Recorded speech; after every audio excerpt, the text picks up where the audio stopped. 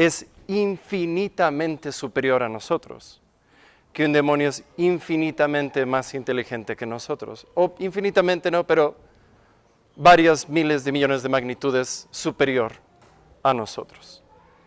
Y nos explican en la película cómo es que conocen los demonios. Un demonio no razona. Un demonio no dice, mira, ¿qué es esto? ¿Para qué sirve? Mira, y tiene estas letras y tal. No, él simplemente conoce un concepto y lo sabe todo de ese concepto.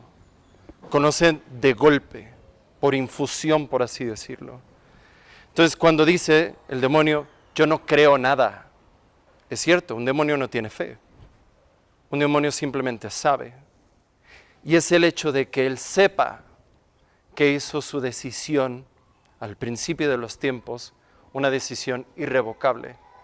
Cuando los hombres pecamos y cometemos estupideces, ¿ya tengo su atención de vuelta?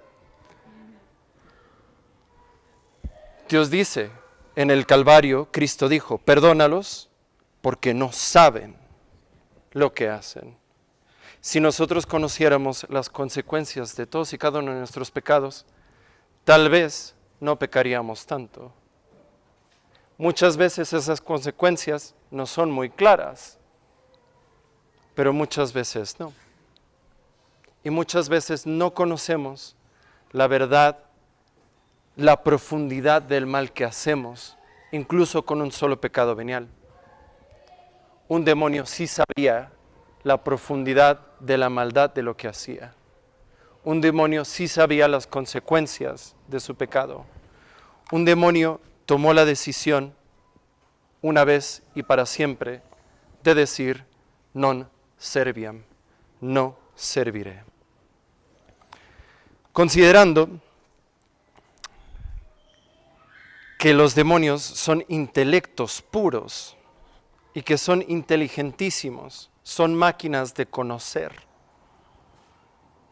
Como son intelectos, ellos, su placer es saber cosas.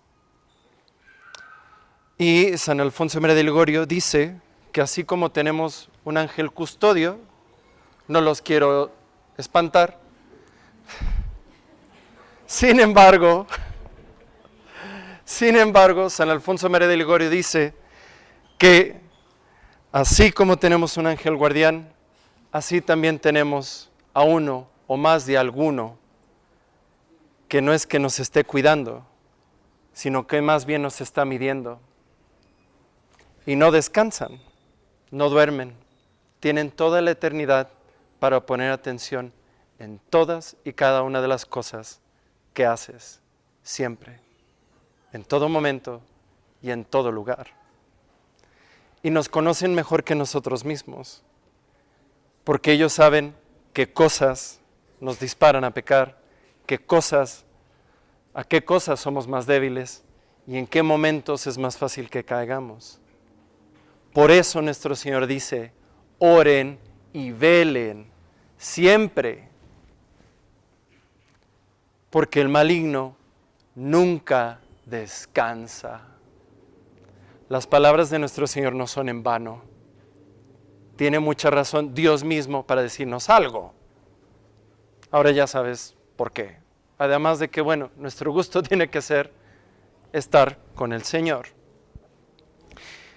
Y luego la posesión en sí misma, explican en la película que se da por pasos, que típicamente no es algo que simplemente sucede, sino que la persona posesa de alguna manera u otra invita y acepta esa posesión.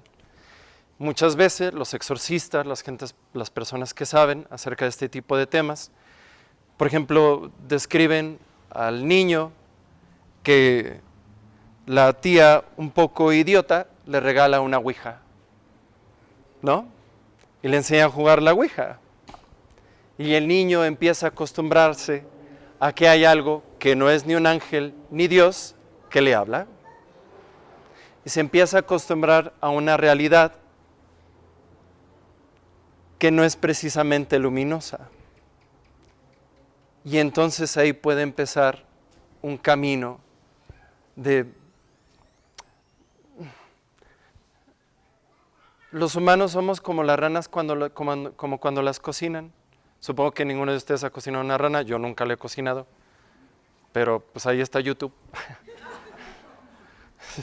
No vean, es algo muy brutal.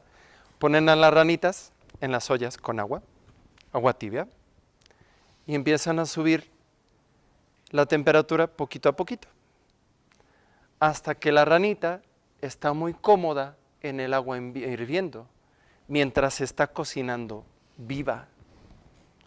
Así pasa con nosotros y los pecados, porque nadie empieza, por ejemplo, siéndole infiel a su esposa.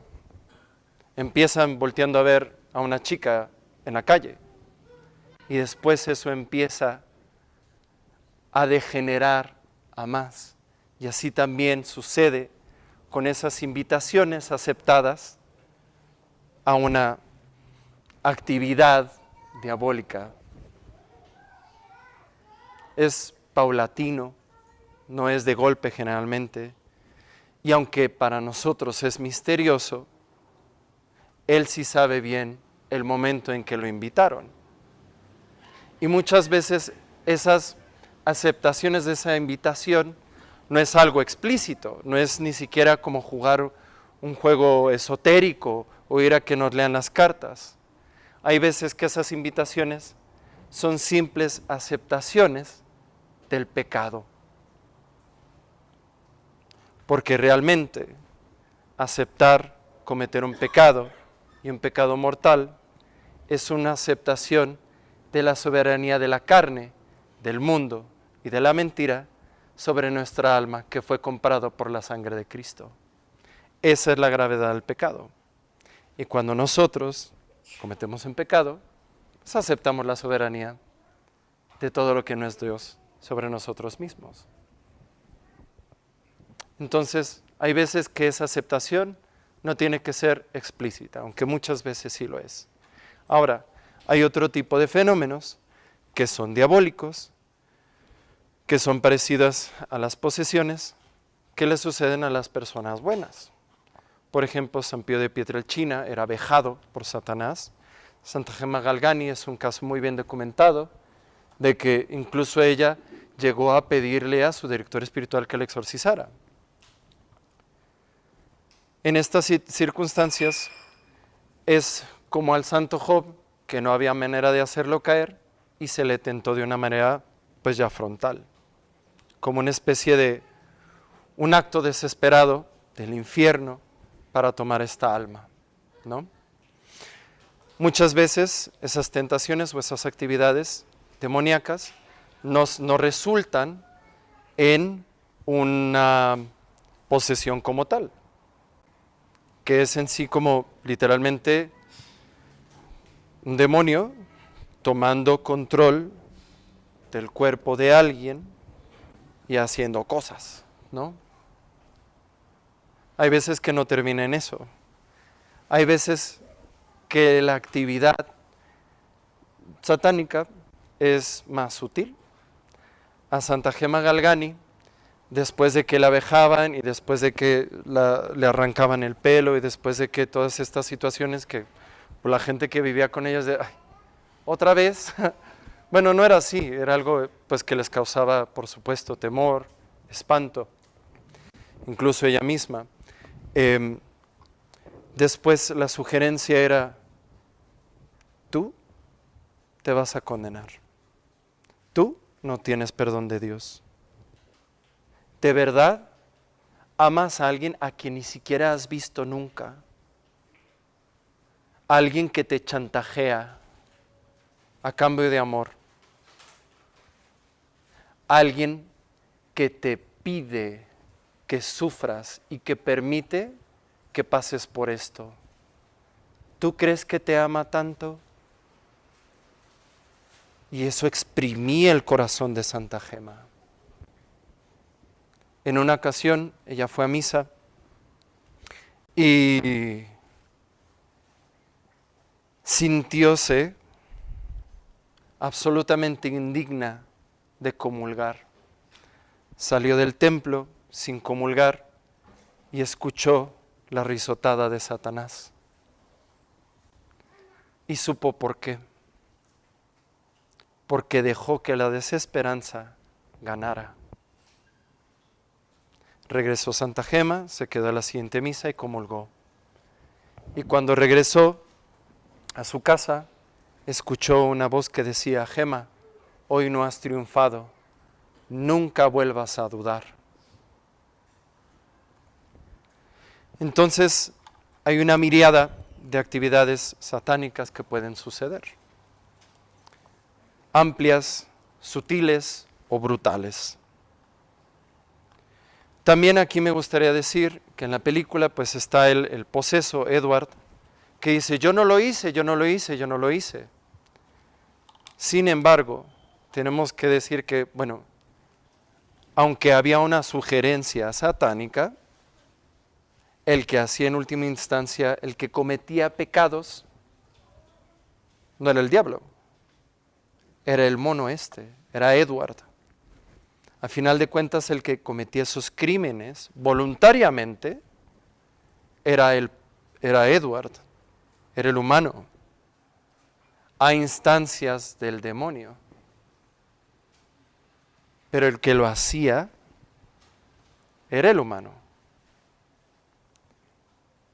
Y eso es lo que constituye el pecado. O sea, si hubiera sido el demonio, ¿qué culpa hubiera tenido Edward?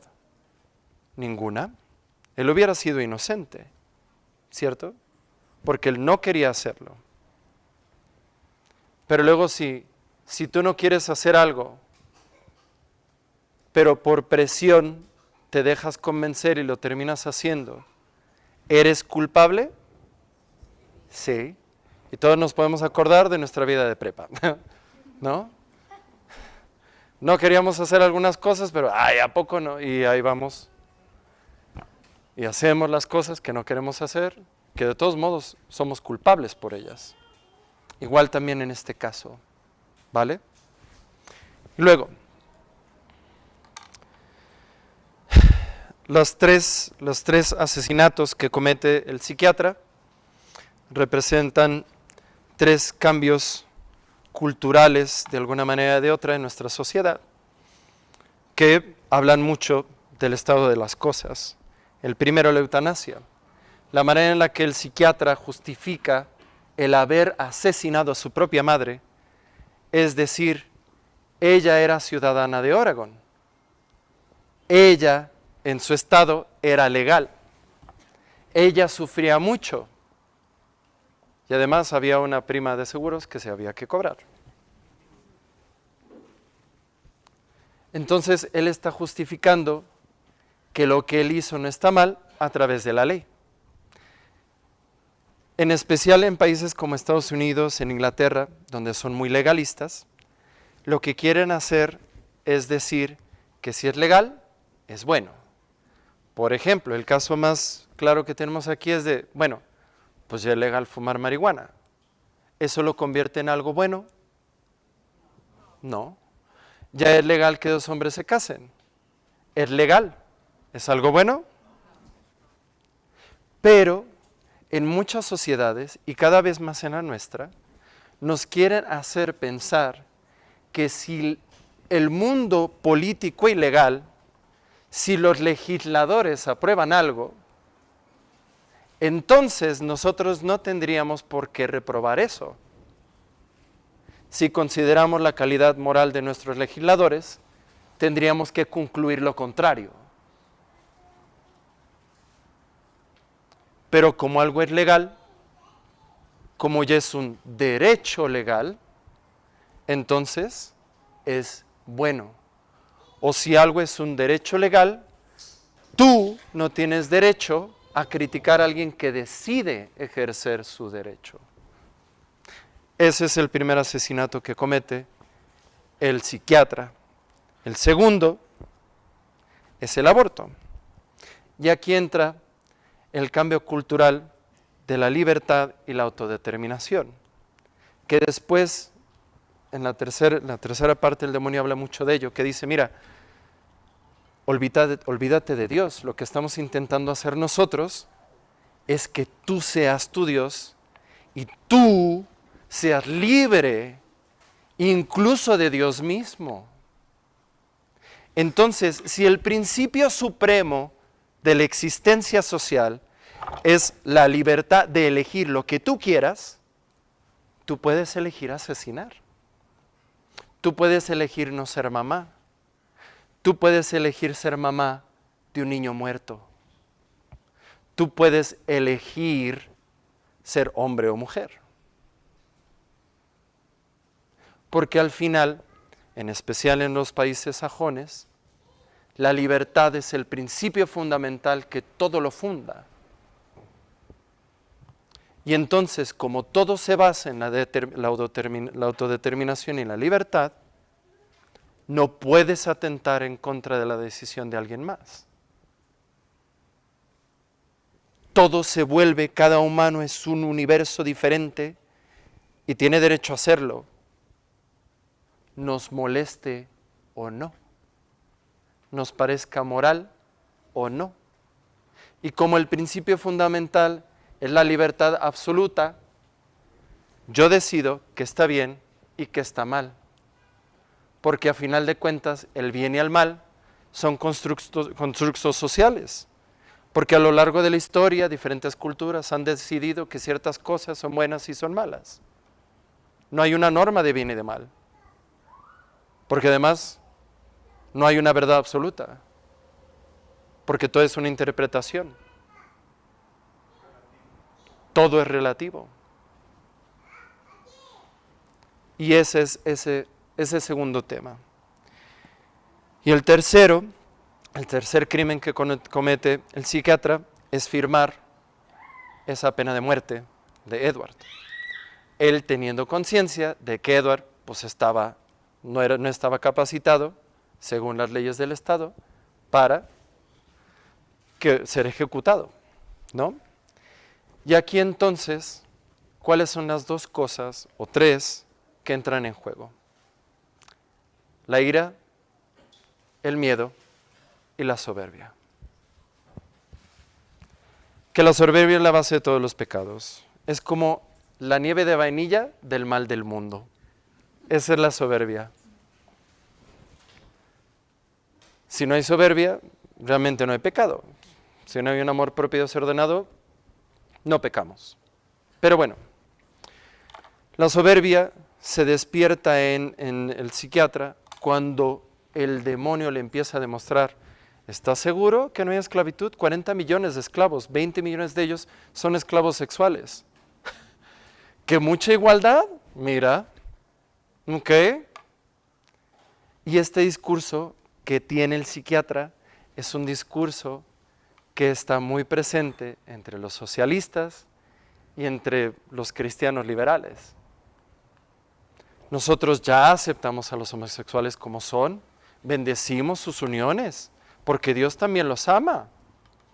Si una mujer quiere decidir ser la mamá de un bebé muerto, puede serlo, que lo haga. Si Juan y Pepe quieren estar juntos, que lo hagan.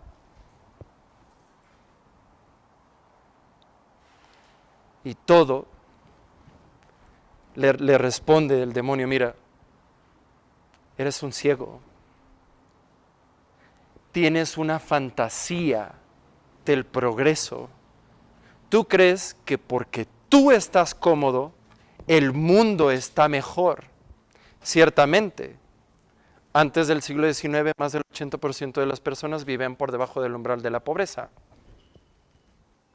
Sin embargo, no sé si ese 80% de personas era igual de miserable que los que ganamos más de un salario mínimo.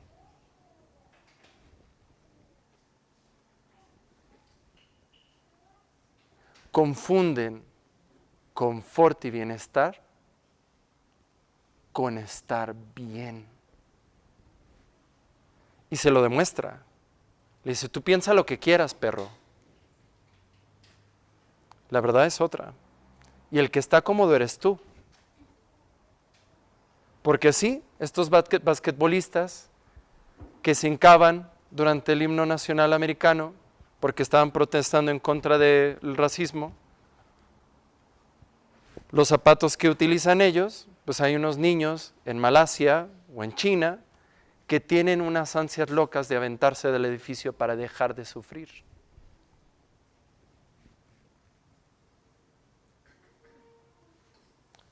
Y allí empieza la soberbia del psiquiatra desde que empieza la película, pero ella es como más evidente.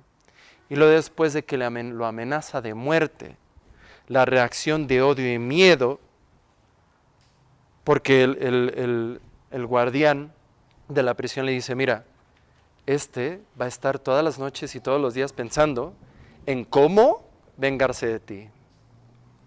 Y eso es lo que al final empuja al psiquiatra a firmar esa declaración de capacidad. Y que muchas veces el odio y el miedo, o las dos cosas juntas, nos hacen caer en pecados graves. Y a veces en no defender la verdad, porque eso es lo que él hizo. Él sabía la verdad. Él era plenamente consciente, profesionalmente cierto de cuál era la verdad. Pero el odio y el miedo lo hizo recular, como muchas veces nos hace a nosotros mismos. Claro, sí. Dijo, oye, me tienes que respetar. Y lo castigó matándolo, ¿no? Y luego ya por último, el cura. El cura, yo estudié en la honorable institución, el Instituto Tecnológico de Estudios Superiores de Occidente, administrada por una venerable orden religiosa del santo nombre de Jesús. Y allí muchas veces aprendí, o me quisieron enseñar, que el demonio es la personificación del mal, pero que realmente no existe. Y que realmente las posesiones pues son cosas que hay personas que pues están desbalanceadas psicológicamente, que hay veces es culpa de las personas que los educan, demasiado estrictas, demasiado religiosas, que empiezan a ver al diablo en todos los lugares. Y entonces se la creen y terminan tiquis, ¿no?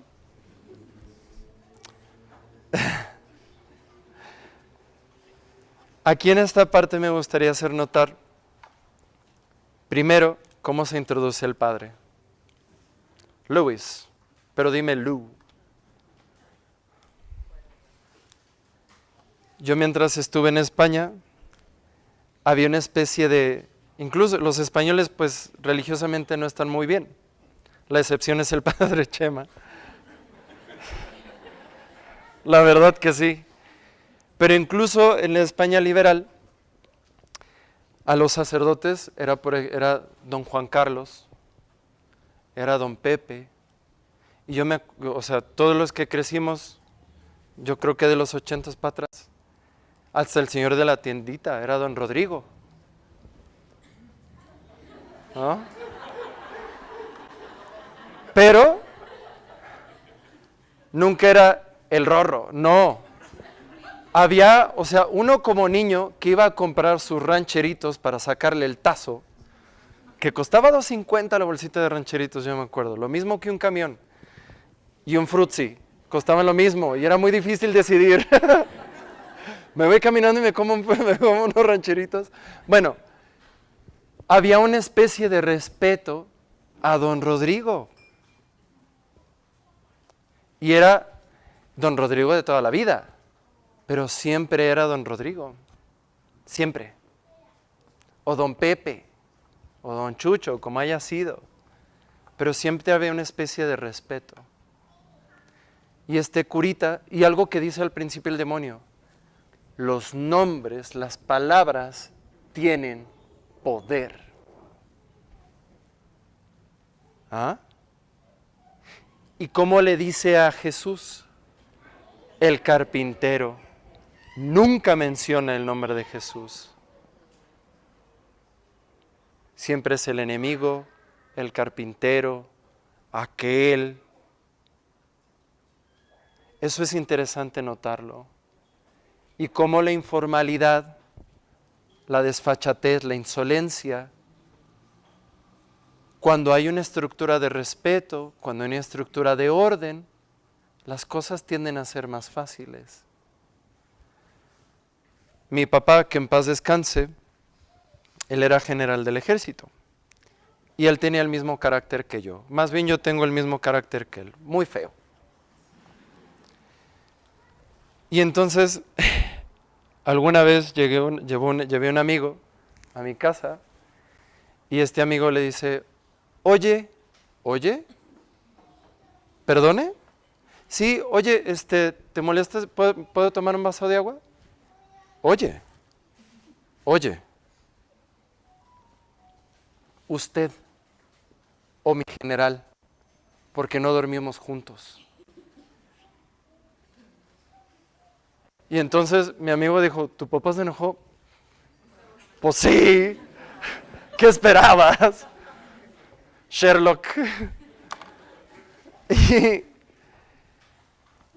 Pero incluso mi papá, francmasón, de muy mal carácter, tenía ese sentido de orden. Y eso es algo que se ha perdido. Y que se ha perdido dentro de la iglesia. En donde si todos somos iguales, pues realmente no importa nada. No hay una distinción de ningún tipo. Que las distinciones, hay que decirlo, son buenas. Yo no voy a tratar igual a alguien que acaba de llegar a la parroquia, a don Rodrigo que ya lleva aquí años, ya, ¿no? O yo no puedo tratar a alguien que sé que tiene igual, que sé que tiene muchos problemas, que tengo que ser más delicado con esa persona, a alguien que, no sé, como ella, que es santa consumada. La igualdad es injusticia, porque todos somos diferentes. La Revolución Francesa se equivocó. Pero bueno, este curilla nos presenta una religión, pues, o sea, de artesanía oaxaqueña, como la estola que traía puesta. Y dice, no tengo nada en contra de las artesanías wixárikas, son muy bonitas, pero para estolas no. Y le dice, yo estoy aquí para que estés cómodo, yo estoy aquí para que estés tranquilo, yo estoy aquí para que te sientas bien. Se lo hice 3 o 4 veces. Tranquilo, yo estoy aquí para que no tengas miedo. No somos coaches personales, no estamos aquí para echarte porras. Te vamos a echar porras, échale ganas, no peques, sé bueno, total. Pero la labor del sacerdote y la función de la religión en tu vida no es que estés cómodo, no es que te la pases bien y que aprendas a autodescubrirte y a autoaceptarte. Fuchi, no, no estaba imitando al padre Chema. La labor del sacerdote y la labor de la religión en la vida de uno es unirnos y atarnos cada vez más en una íntima relación con Dios mismo. Para eso es la religión. Y muchas veces eso es incómodo. De hecho, la mayoría de las veces es bastante incómodo, porque nos tenemos que desprender de nosotros mismos. Y eso duele. La religión no es para estar cómodos, es para estar con Dios y ser felices eternamente. Para eso es la religión, porque también para ser buena persona cualquiera puede. La religión no es una ética, es una unión con tu Creador. Eso es la religión. Y este cura muy probablemente no tenía fe. Entonces, ¿qué hay que hacer nosotros? Tener fe, obviamente, Y respecto al tema que toca la película, tener en claro que efectivamente estas cosas existen, suceden. No son las cosas más cotidianas, pero ahí están. Y una vez conociendo esto, ¿qué tenemos que hacer nosotros? Santa Gema Galgani, como les decía, los últimos años de su vida fue, pobrecita, o sea, gracias a Dios se murió joven porque sufría un montón, sufría muchísimo. De verdad, es una vida de una unión con Dios muy profunda, pero de un sufrimiento también igualmente profundo. Los últimos años de su vida, ella vivió vejada constantemente, personalmente por Satanás. Como les decía, muchas tentaciones en contra de la fe, muchas tentaciones en contra de la esperanza, muchas tentaciones de pensar que ella no se iba a salvar, muchas tentaciones de pensar que no merecía el cielo, que no merecía el perdón, muchas tentaciones de decir, Señor, si así tratas a tus amigos, por eso tienes dos. O sea, Señor, muchas tentaciones de ya tirar la toalla, que las tuvo. Y es más, al final de su vida, su director espiritual era Monseñor Volpi. Y Monseñor Volpi, que era un obispo auxiliar en una ciudad que se llamaba Lucca, en Italia, le decía, Monseñor, exorcíceme. O sea, ya, es que me pasa esto, y le escribía, y Monseñor le creía, o sea, no era como que, ay, no inventes, o sea, le creía, sabía que lo que Gema decía era cierto. Y alguna vez le tocó a Monseñor Volpi atestiguarlo. Todas esas vejaciones feas de las que pues, era víctima, alguna vez Monseñor Volpi dijo, no, pues sí te va mal. Y de hecho, en su último día o el día anterior de que se muriera, Santa Gema le pidió a Monseñor Volpi de nuevo, por favor, exorcíceme. Y mandó pues el mensaje con una parienta de ella, y Monseñor Volpi respondió, si es para confesarse, sí, si es para otra cosa, no. Y ya está. De repente, Monseñor, entre sus ocupaciones, se dio tiempo de ir a visitar a Santa Gema y rezó con ella, poquito. Y dijo, ¿ya estás tranquila? No, exorcíceme, pero de un exorcismo así. ¡Boom! Y Monseñor le dijo, no, te veo al rato. Y fue la última vez que vio a Santa Gema viva. ¿Por qué Monseñor Volpi negó un exorcismo a Santa Gema Galgani? Porque Monseñor Volpi sabía que Santa Gema era una mujer que acudía a los sacramentos seguido, que era una mujer que tenía una ansia de amar a Dios, que era una mujer que rezaba su rosario constantemente, que se confesaba, que comulgaba, que hacía lo posible por no pecar. Y Monseñor Volpi dijo, eso te basta. Con esto quiero decir que muchas veces caemos en el error de creer que necesitamos algo extraordinario, una oración especial, algo distinto, algo diferente a lo que los santos, algo distinto a lo que María misma recibió. Necesitamos algo más.